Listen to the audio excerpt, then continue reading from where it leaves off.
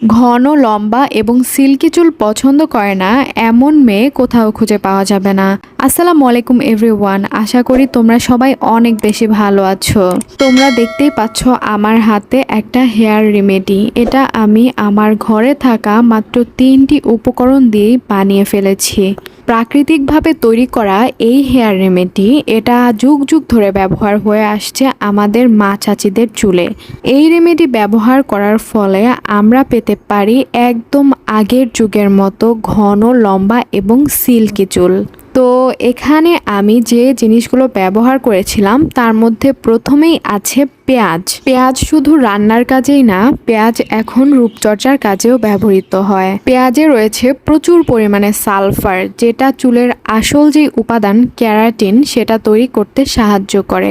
আর keratin চুলকে মজবুত করতে অনেক বেশি সাহায্য করে এবং ভাঙতে দেয় না।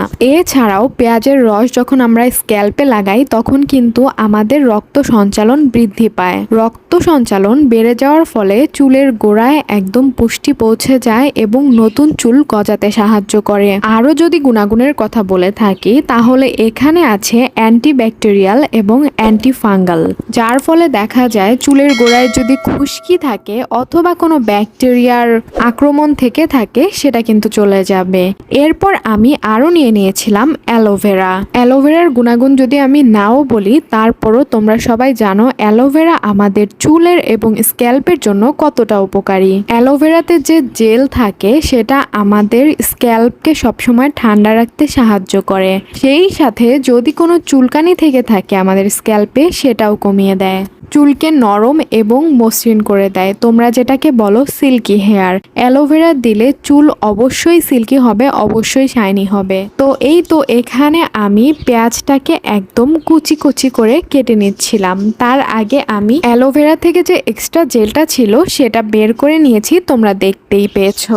তো এই রেমেডিটা যদি তোমরা সপ্তাহে অন্তত একবার ব্যবহার করো তাহলে কিন্তু তোমাদের চুলের সকল ধরনের সমস্যা একদম দূর হয়ে যাবে। তো পেঁয়াজ এবং অ্যালোভেরা দুইটা একসাথে বের করার পর এই দুইটার রসই আমাকে আলাদা করে নিতে হবে। এর জন্য আমি ব্যবহার করেছিলাম আজকে একটা ছোট্ট জালি ছাঁকনি। তোমরা চাইলে কাপড়ের সাহায্যেও এটাকে একদম ভালো মতো রস বের করে ফেলতে পারো। সেই ক্ষেত্রে তোমরা প্রথমে কাপড়ে নিবে এবং তারপর সেটাকে চিপে একদম রস বের করে নিবে। রস বের করা হয়ে গেলে আমি সেখানে দিয়ে দিয়েছিলাম নারিকেল তেলের গুণাগুণের কথা আমি আর কি বলবো। নারিকেল তেলে যে ফ্যাটি অ্যাসিড রয়েছে সেটা আমাদের চুলের গোড়ায় গিয়ে একদম পুষ্টি যোগায়, যার ফলে আমাদের স্ক্যাল্প একদম মজবুত থাকে, সেই সাথে চুল ভাঙা বা পড়া কোনো কিছুই হয় না। এছাড়াও চুলকে যদি আমরা নরম এবং চকচকে করতে চাই সেজন্য কিন্তু নারিকেল তেলের ভূমিকা অপরিসীম। আর স্ক্যাল্পের ময়শ্চারাইজারের জন্য কিন্তু নারিকেল তেল সারা জীবনই ব্যবহার হয়ে এসেছে। সো এই তো আমার রস একদম বের করা শেষ। তারপর হচ্ছে আমি নারিকেল তেল দিয়ে এটাকে চুলে অ্যাপ্লাই করে নিয়েছিলাম এবং স্ক্যাল্পেও। তোমরা চাইলে আরও বেশি করে বানিয়ে সংরক্ষণ করে রাখতে পারো ফ্রিজে।